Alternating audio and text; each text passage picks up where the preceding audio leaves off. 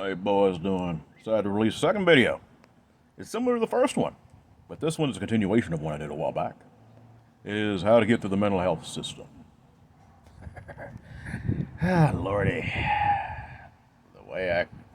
Hang on here real quick. Put this torch on. There we go. How I could do with that one. Oh, God, I'm sorry. There's just so many memories on this, so I can't help but not get a chuckle or two out of these. Oh, God. Bear with me here.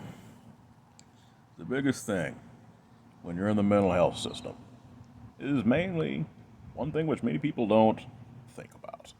If you've been, let's say you have, I'll give you an example. I know a lot of folks who watch my stuff do have mental issues. I mean, hell, people have told me as much as they can relate to me. So obviously. And I'm the last guy to judge, I understand exactly what they're dealing with. Maybe in some ways, maybe not. Just saying. But I'll get to the point. The one thing many people lack I'll give you an example. Let's say you have a mental health warrant that's been put on you. And naturally, you got the cops at your door and you ain't wanting to go. That's dumb. I'm not trying to say I blame you, I don't. Like, man, what the fuck? Maybe you don't even, maybe you're in the system already, in the mental health system, and someone's said something about you, maybe you pissed them off, and they're like, man, this guy's having a mental breakdown or an attack. Well, actually, at the time, I was.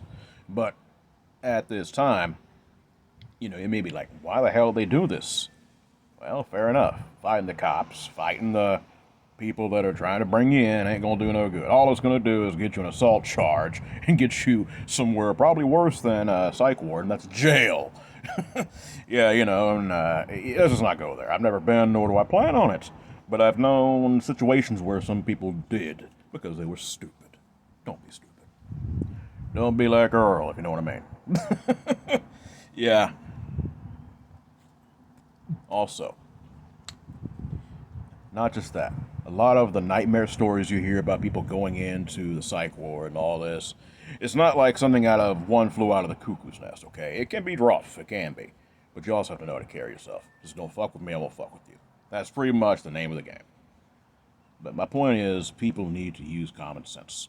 That's the biggest factor. So if you have a mental health warrant called on you, don't fight the police, don't fight nobody. I don't care if you're green, pink, or purple, whatever color your skin is. Use your brain. You ain't gonna get away, I promise you. Even if you escape, they're gonna still get you, and then you might have a freaking evasion charge on you. And you don't just spend time in the psych ward again. Jail. I mean, it's just common sense shit, dude. That's all I'm saying. Common sense.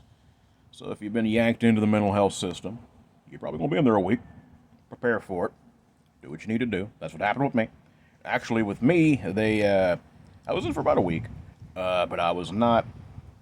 It was not. The second time was a nightmare, but I brought that on myself. Anyway, the first time I went to this one facility, they worked with me. They were more than willing to. How can I say this the best way?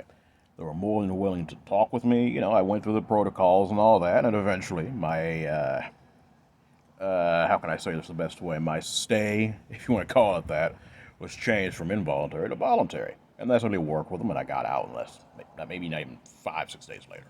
And there you go. My point is this. I figured out, someone told me to put this out because of all the craziness that's been going on.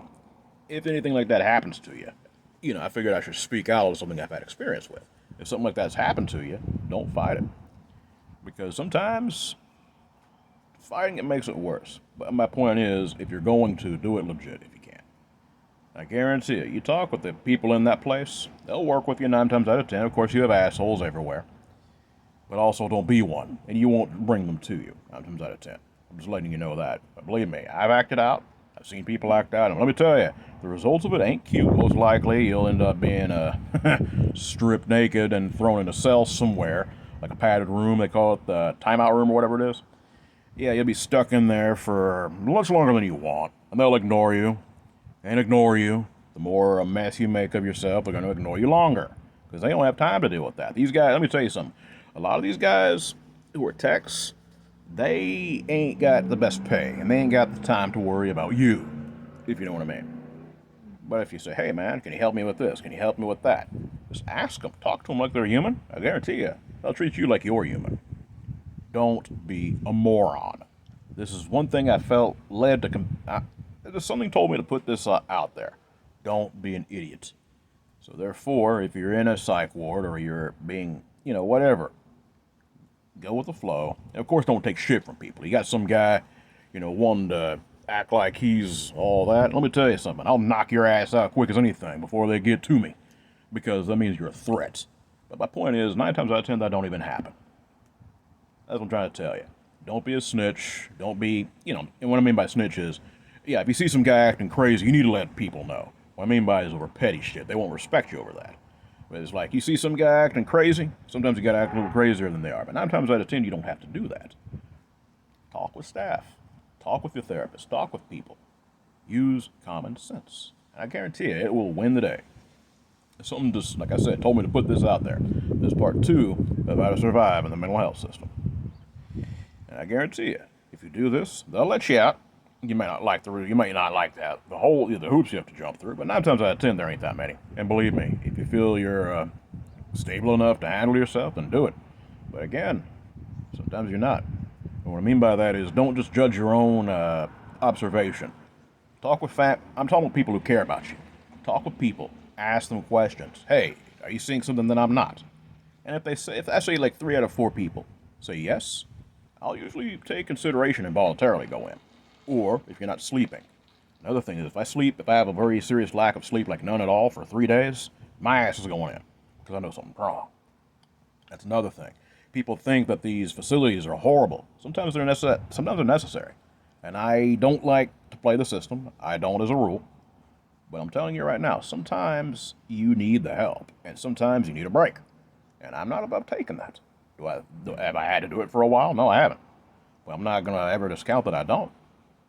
I'm just letting you guys know. Sometimes that it can be used to help you. So I'm just saying, sometimes going in, it's never going to be a cakewalk, ever. You'll be away from your friends, the things you enjoy doing, and the beds ain't very comfortable. And you may have a roommate that is just annoying as hell. But again, 9 times out of 10, if you need the help, it'll be there. Just wanted to put that out there. So not everything is doom and gloom when it comes to all that, Just wanted to put that out there. And I figured you might, those who have similar situations might benefit from it. And that's all there is to that, man. You guys be blessed and you be safe.